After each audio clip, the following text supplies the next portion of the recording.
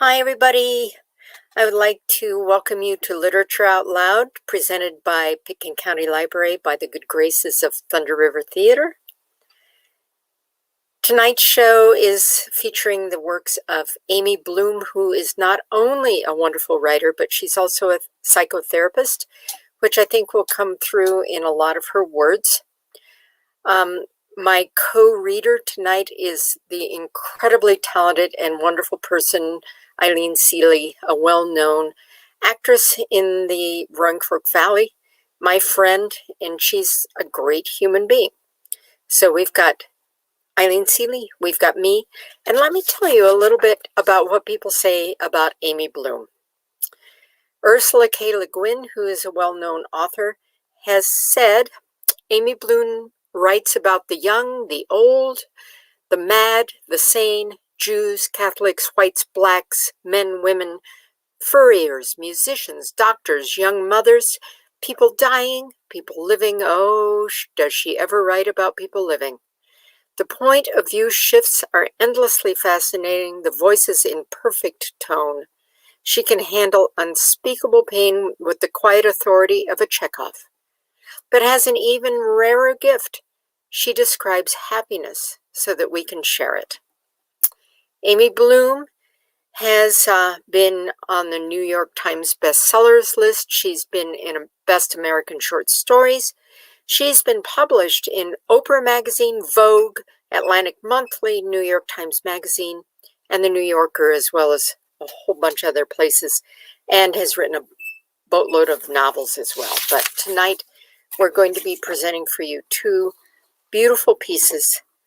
I'm going to be reading Silver Water, which is a very poignant and pretty piece, and Eileen Seeley will be finishing up with Song of Solomon. I hope you enjoy them both. They're beautiful. I love them. I hope you do too. So, Silver Water.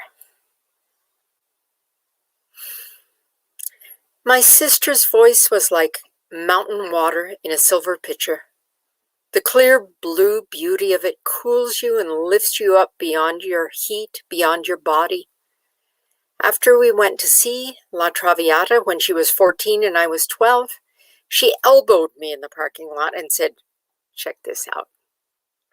And she opened her mouth unnaturally wide, and her voice came out so crystalline and bright that all the departing opera goers stood frozen by their cars, unable to take out their keys or open their doors until she had finished, and then they cheered like hell.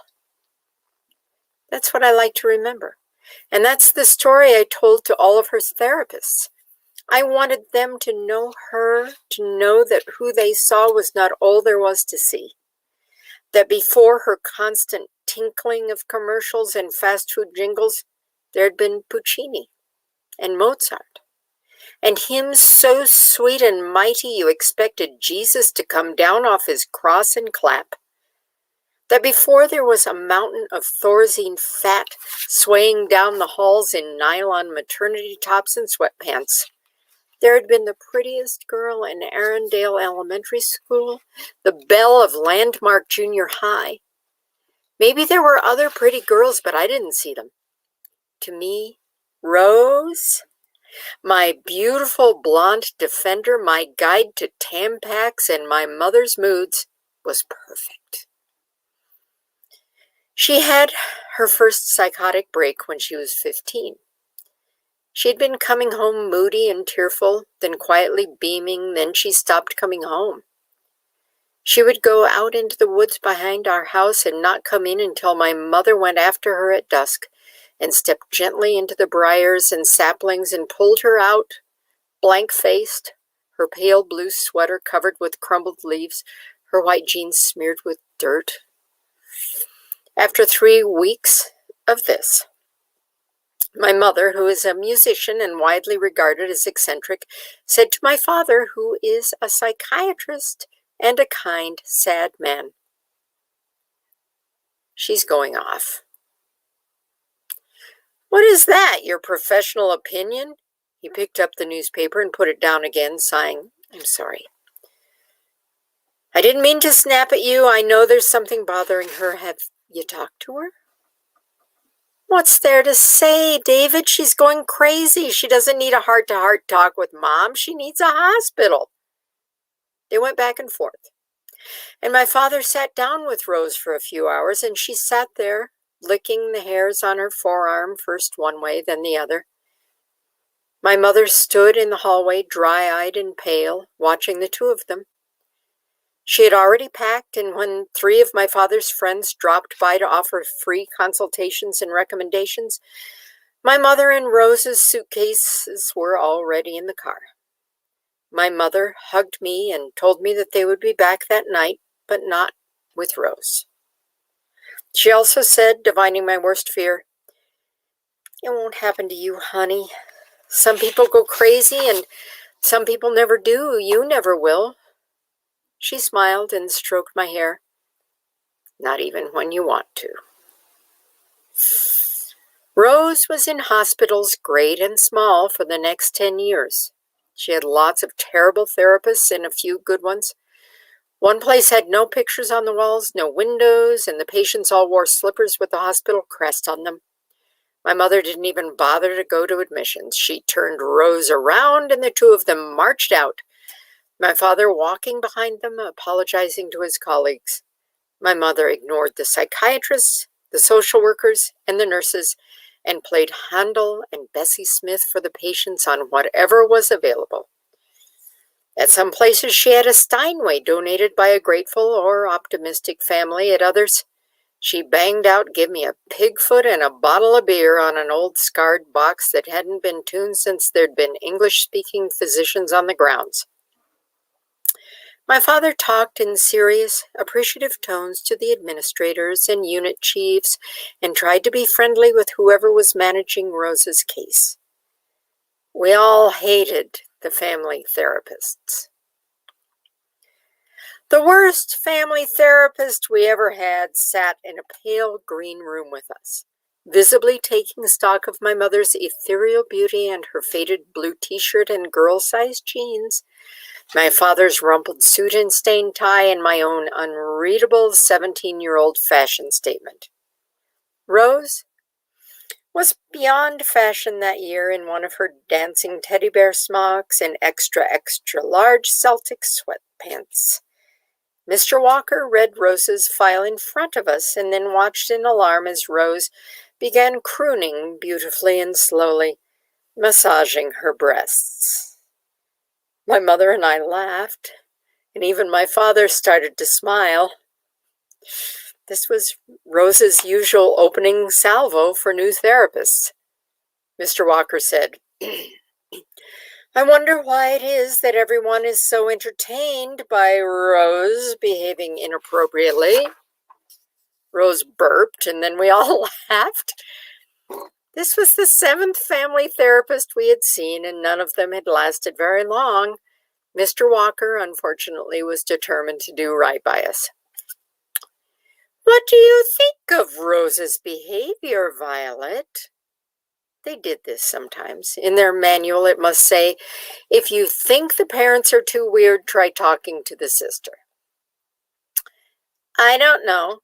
Maybe she's trying to get you to stop talking about her in the 3rd person." "Nicely put," my mother said. "Indeed," my father said. "Fucking A," Rose said. "Well, this is something that the whole family agrees upon," Mr. Walker said, trying to act as if he understood or even liked us. "That was not a successful intervention, ferret face." Rose tended to function better when she was angry. He did look like a blonde ferret, and we all laughed again. Even my father, who tried to give these people a chance out of some sense of congeniality, had given it up. After 14 minutes, Mr. Walker decided that our time was up and walked out, leaving us grinning at each other. Rose was still nuts, but at least we'd all had a little fun. The day we met our best family therapist started out almost as badly. We scared off a resident and then scared off her supervisor, who sent us to Dr. Thorne. 300 pounds of Texas chili, cornbread, and Lone Star beer, finished off with a big black cowboy hat and boots and a small string tie around the area of his neck. Oh, frabjous day, it's Big Nut. Rose was in heaven and stopped massaging her breasts immediately. Hey, little nut. You have to understand how big a man would have to be to call my sister little. He christened us all right away. And it's the good Dr. Nut and Madam Hickory Nut, because they are the hardest damn nuts to crack. And over here in the overalls and not much else is no one else's nut. A name that summed up both my sanity and my loneliness. We all relaxed. Dr. Thorne was good for us. Rose moved into a halfway house whose director loved Big Nut so much that she kept Rose even when Rose went through a period of having sex with everyone who passed her door. She was in a fever for a while trying to still the voices by fucking her brains out. Big Nut said, "Darling, I can't. I cannot make love to every beautiful woman I meet, and furthermore, I can't do that and be your therapist too. It's a great shame, but I think you might be able to find a really nice guy. Someone who treats you just as sweet and kind as I would if I were lucky enough to be your beau. I don't want you to settle for less." And she stopped propositioning the crack addicts and the alcoholics and the guys at the shelter. We loved Dr. Thorne. My father went back to seeing rich neurotics and helped out one day a week at Dr. Thorne's walk-in clinic. My mother finished a recording of Mozart concerti and played at fundraisers for Rose's halfway house. I went back to college and found a wonderful linebacker from Texas to sleep with. In the dark, I would make him call me darling. Rose took her meds, lost about 50 pounds, and began singing at the AME Zion Church down the street from the halfway house. At first, they didn't know what to do with this big, blonde lady dressed funny and hovering wistfully in the doorway during their rehearsals. But she gave them a few bars of Precious Lord, and the choir director felt God's hand and saw that with the help of his sweet child Rose, the Prospect Street Choir was going all the way to the Gospel Olympics. Amidst a sea of beige, umber, cinnamon, and espresso faces, there was Rose, bigger, blonder, and pinker than any two white women could be. And Rose and the choir's contralto, Addie Robichaux, laid out their gold and silver voices and wove them together in strands as fine as silk, as strong as steel. And we wept as Rose and Addie in their billowing garnet robes swayed together, clasping hands until the last perfect note floated up to God, and then they smiled down at us. Rose would still go off from time to time, and the voices would tell her to do bad things, but Dr. Thorne or Addie or my mother could usually bring her back. After 5 good years, Big Nut died. Stuffing his face with a chili dog, sitting in his unair-conditioned office in the middle of July, he had one big Texas-sized aneurysm and died. Rose held on tight for 7 days. She took her meds, went to choir practice, and rearranged her room about 100 times. His funeral was like a Lourdes for the mentally ill. If you were psychotic, borderline, bad-off neurotic, or just very hard to get along with, you were there. People shaking so bad from years of heavy meds that they fell out of the pews. People holding hands, crying, moaning, talking to themselves. The crazy people and the not-so-crazy people were all huddled together like puppies at the pound. Rose stopped taking her meds, and the halfway house wouldn't keep her after she pitched another patient down the stairs. My father called the insurance company and found out that Rose's new improved psychiatric coverage wouldn't begin for 45 days. I put all of her stuff in a garbage bag, and we walked out of the halfway house, Rose winking at the poor drooling boy on the couch.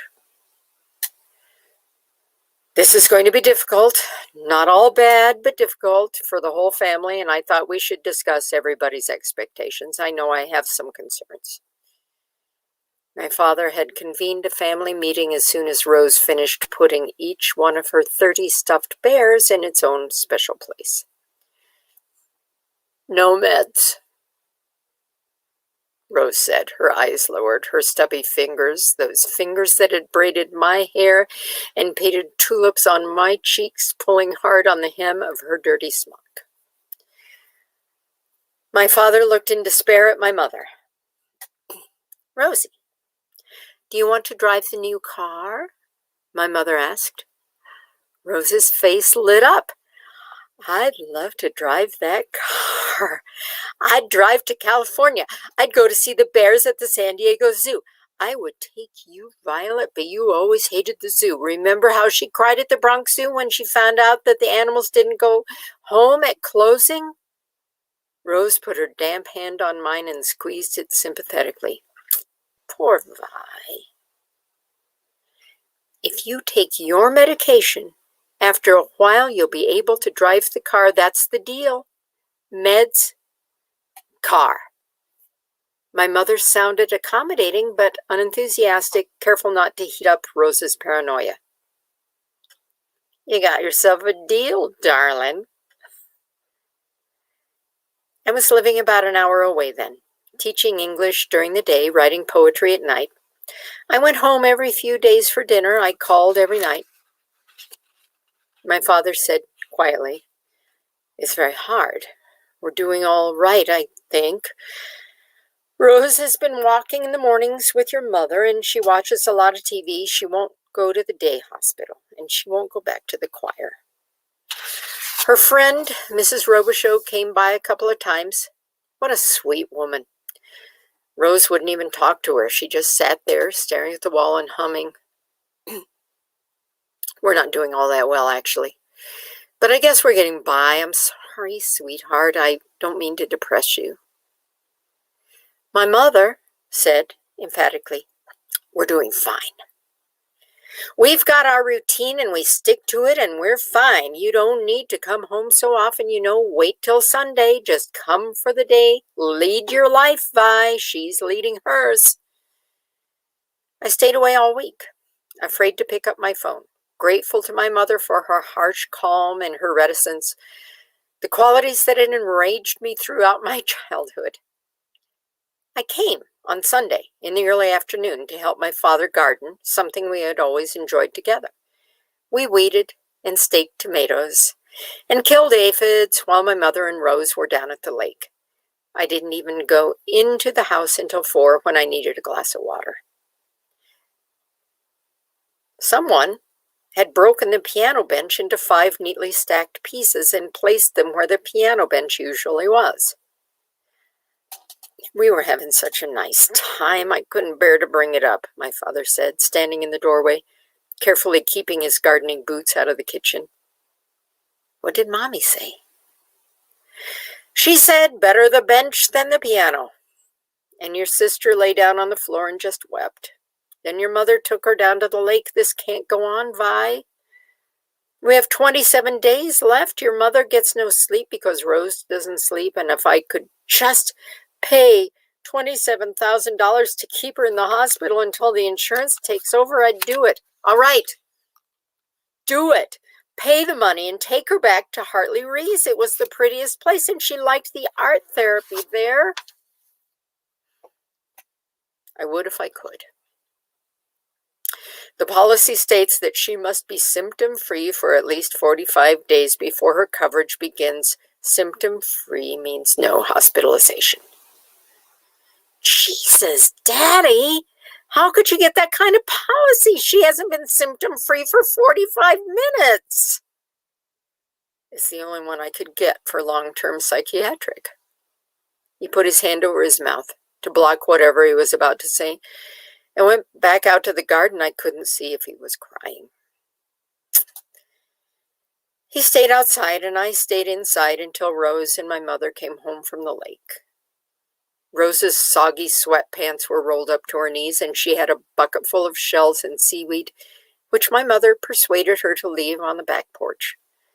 My mother kissed me lightly and told Rose to go up to her room and change out of her wet pants. Rose's eyes grew very wide. Never. I will never. She knelt down and began banging her head on the kitchen floor with rhythmic intensity, throwing all her weight behind each attack. My mother put her arms around Rose's waist and tried to hold her back. Rose shook her off, not even looking around to see what was slowing her down. My mother lay up against the refrigerator. Violet, please. I threw myself onto the kitchen floor, becoming the spot that Rose was smacking her head against. She stopped a fraction of an inch short of my stomach. Oh, Vi, Mommy, I'm sorry. I'm sorry. Don't hate me.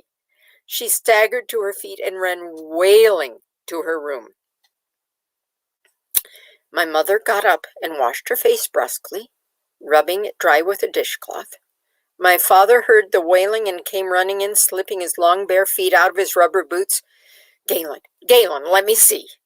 He held her head and looked closely for bruises on her pale, small face. What happened? My mother looked at me. Violet, what happened? Where's Rose? Rose got upset, and when she went running upstairs, she pushed Mommy out of the way. I've only told 3 lies in my life, and that was the second.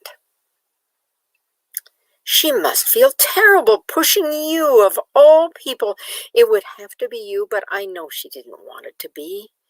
He made my mother a cup of tea, and all the love he had for her, despite her silent rages and her vague stares, came pouring through the teapot, warming her cup, filling her small, long-fingered hands.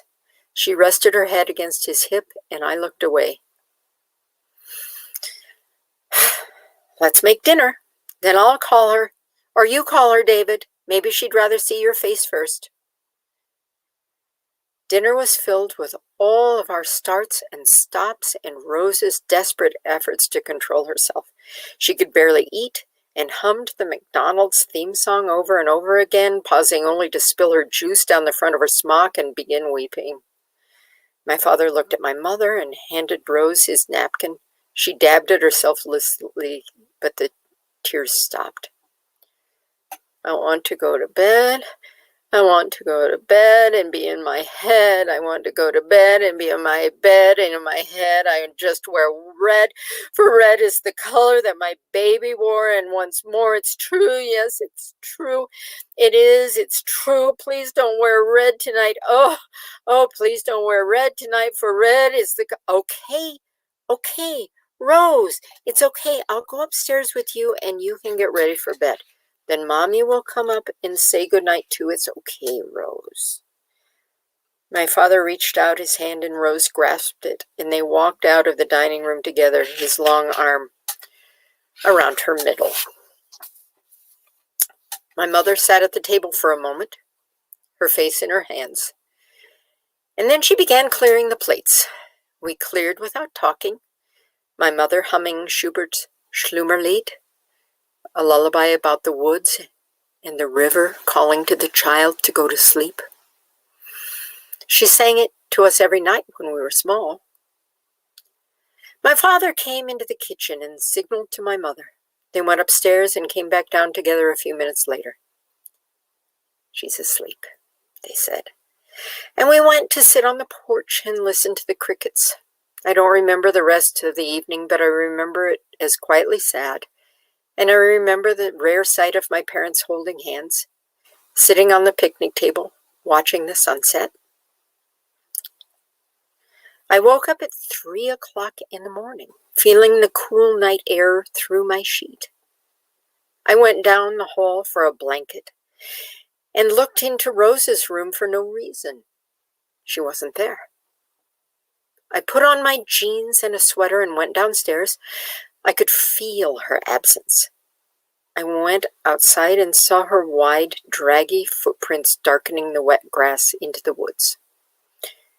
"Rosie?" I called too softly, not wanting to wake my parents nor wanting to startle Rose. "Rosie, it's me. Are you here? Are you all right?" I almost fell over her.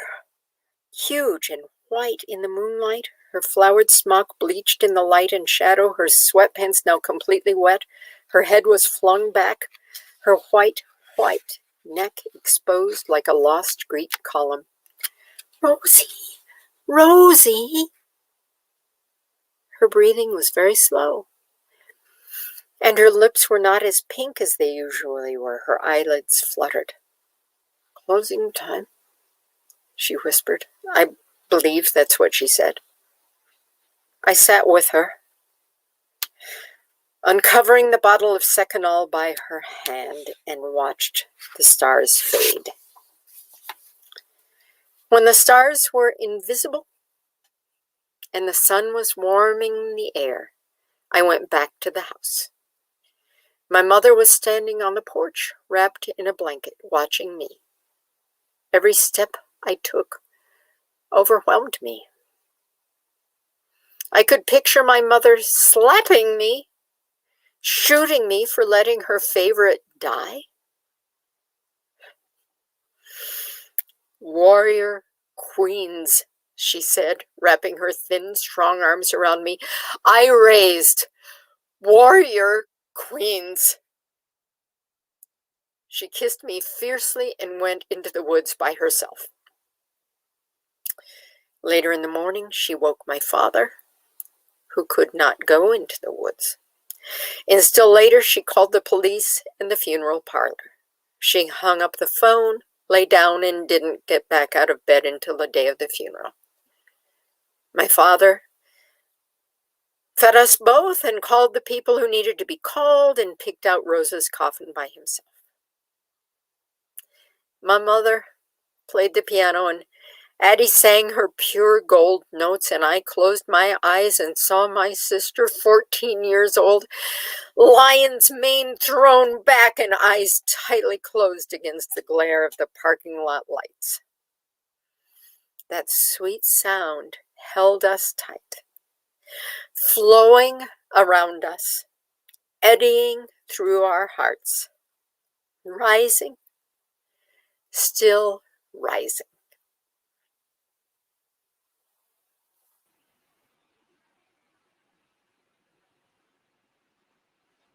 Well, Song of Solomon by Amy Bloom. Kate stood in front of the mirror trying on dresses.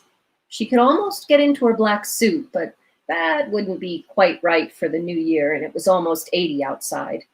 She put on a yellow sleeveless dress with a white linen blazer and white sandals. Too summery, but not bizarre. Do they wear hats? In church, women wear hats. Do Jewish women wear hats? Kate stared in the mirror, sweating in her slip, milk starting to come through her nursing pads. Not now, she thought. If I nurse the baby, I'll be late for the ceremony. No, the services. Be calm. You must nurse the baby. Dr. Sheldon would want you to nurse the baby.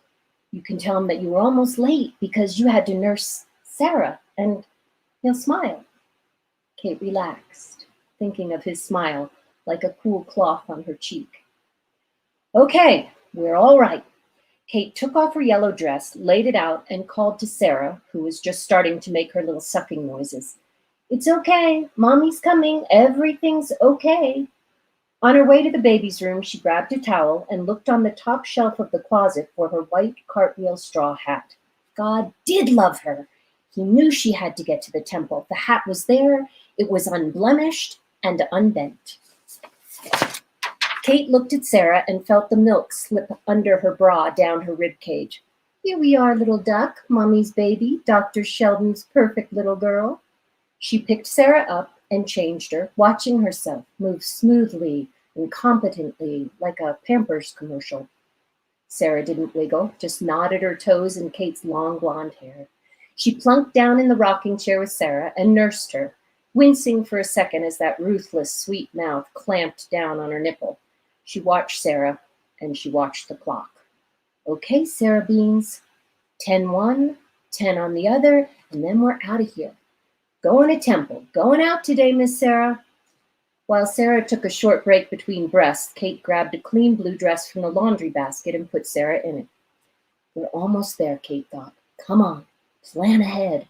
Plan it so you don't screw up. Okay, she finishes nursing. I'd burp her on the towel. I'd put her in her crib while I get dressed. My shoes are not in my closet.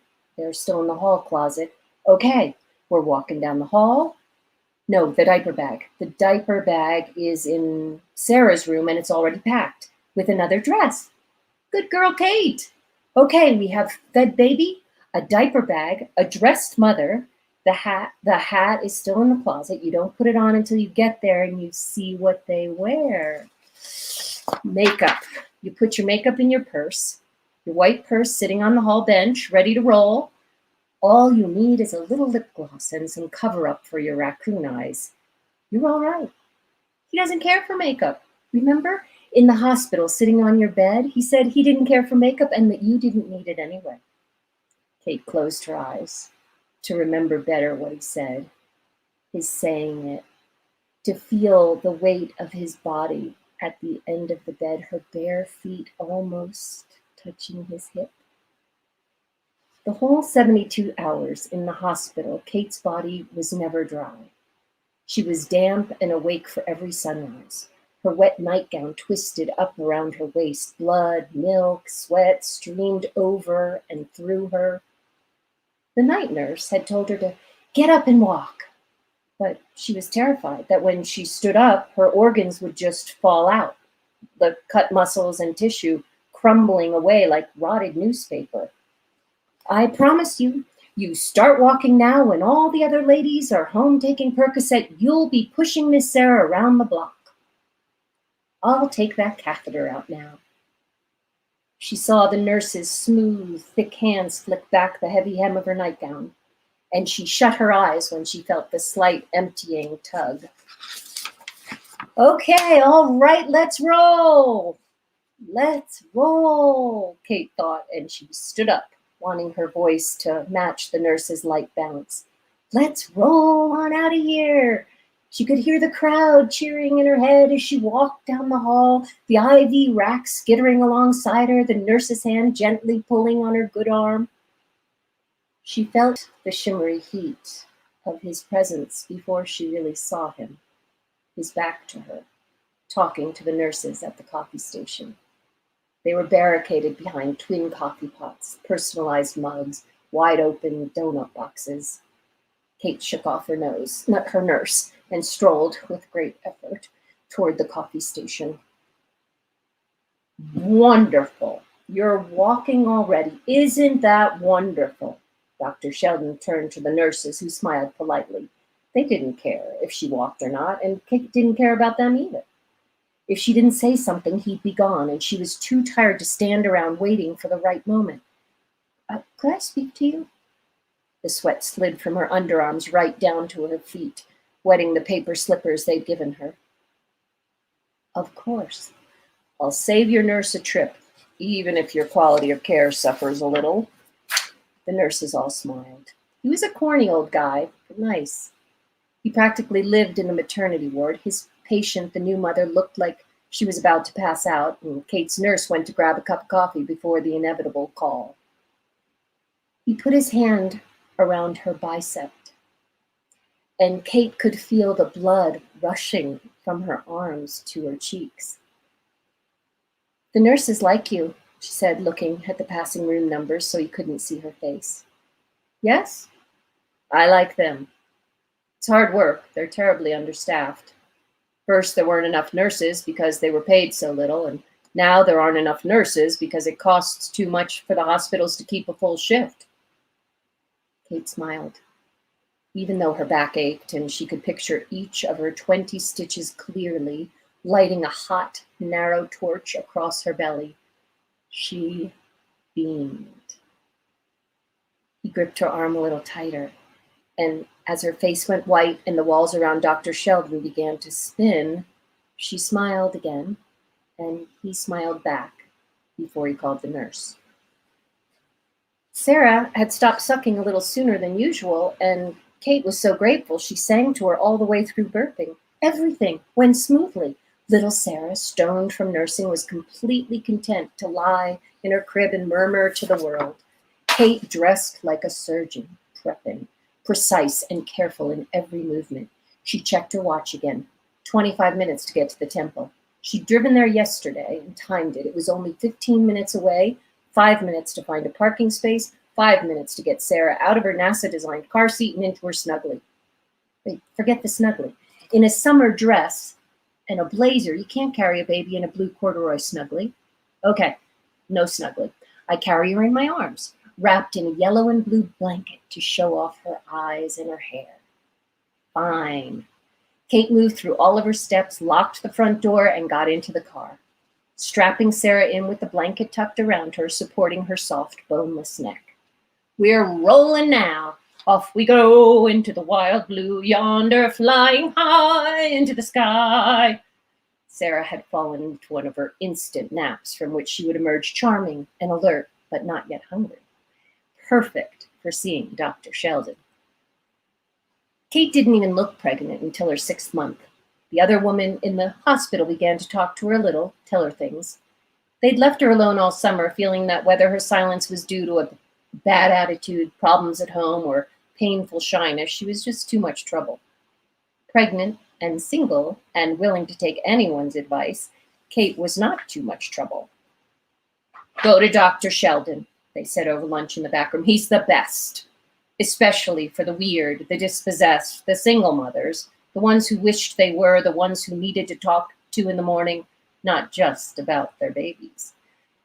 And when Kate met Dr. Sheldon, and he didn't purse his lips when she said she'd only met the father once, and she hoped she never would again. She knew that she and the baby were in the right place. When he helped her out of her chair, she felt ethereally beautiful and as delicate as a baby's breath. Her ankles and heartburn forgotten. She drove up to the synagogue and was appalled to see millions of cars. It looked like an airport terminal, women and children piling out of back seats, all the women wearing hats. Kate laid her hand happily on the white hat next to her, perfect for her blonde hair. He'd like it. She could tell he liked her hair from the way he commented on Sarah's duck fuzz. Not much now, he said the night he sat so close to her, but she'll have your curls by the time she's 1. The men were pulling away from the entrance, craning their necks to find parking spaces. They weren't wearing hats, of course, just those little beanies, and what were they called? She could ask Dr. Sheldon, unless he'd be offended by her ignorance, rather than charmed by her interest. Please let him find me charming, and my daughter irresistible. She was damp and rumpled by the time she found a spot behind the A&P. She scooped up Sarah like she was going for a touchdown and trotted toward the temple, hugely domed and out of scale between a sandwich shop and a dry cleaner's. A block away, Kate slowed down, licked her lips, smoothed the front of her dress with her free hand. Please. He was standing on the sidewalk, talking to some other men, but alone, no wife. She would put one of those St. Jude ads in the paper, the kind that said, "Thank you for helping me. Now I need you more than ever." She shifted Sarah to her left shoulder, lined up her purse and the diaper bag on her right shoulder, and smiled the way her mother had always wanted her to. Why, Dr. Sheldon. Ms. Tillinghast? What a surprise. What a pleasure. I didn't know we belonged to the same shul. Kate thought quickly, circling the strange word. I've never been here before, actually, but I've wanted to come for a long time. I hope nobody will mind the baby. My regular sitter couldn't make it. Kate smiled self-deprecatingly, showing that she knew some people didn't like babies and would consider her careless for having brought Sarah. But Dr. Sheldon wouldn't think so, which was why she had told Joan not to come today. No, of course not. Who would object to this angel, this proof of God's goodness? As he bent his head toward Sarah to kiss the back of her round, moist head, Kate felt so happy she thought her heart would break through her chest and fly around the temple like a dove released. They squinted at each other in the September light, smiling and wondering what the other person saw. Dr. Sheldon thought Kate saw a pallid, overweight man sweating in an old navy blue suit, black-rimmed glasses sliding halfway down his big nose and wild gray curls floating around his bald spot. She didn't. She saw God. Kate thought he saw a slightly crazy woman, wild with exhaustion and loneliness, but he didn't see that. He saw that her dark blue eyes lit up when they rested on his face, and that her hand lay tenderly, unconsciously on his sleeve like a lily.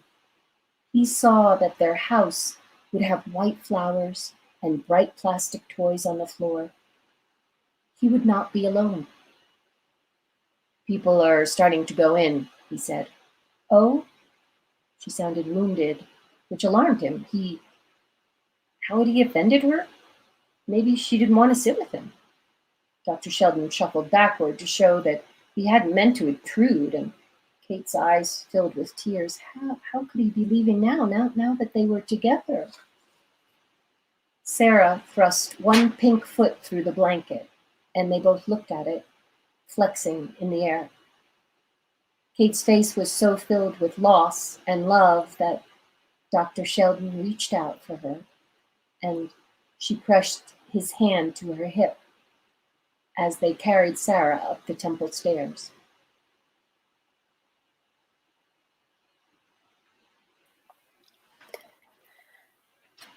Well, two beautiful pieces by Amy Bloom. It really shows that she's both an author and a psychotherapist. She's got it all. Yeah, the woman can capture things beautifully, and thank you so much for reading that pretty piece. And I thought it was nice to have something a little more uplifting after that first one. Hopeful even that I could get the old obstetrician. Yeah, good old obstetrician. Hope you all are well. Thanks for joining us. Thank you so much. I would like to once again thank Thunder River Theater for their wonderful, good graces in promoting this piece, and as well as Pitkin County Library and the inimitable Sean Jeffries, who makes this all work. Next month, do you know what we're looking forward to next month? We're looking forward to two beautiful readers, Travis Lane McDiffit and my friend Brian Cusick, who is an actor from Denver, reading the words of David Sedaris. Nothing says David Sedaris like David Sedaris. So don't miss it. That will be April, I think, 21st. Join us. Thank you, Sean. Thank you, Thunder River. Thanks, you, Eileen, my Thank you, Sean, Corey, Thunder River, Library, all you guys for coming. Hope you're well. See you another day.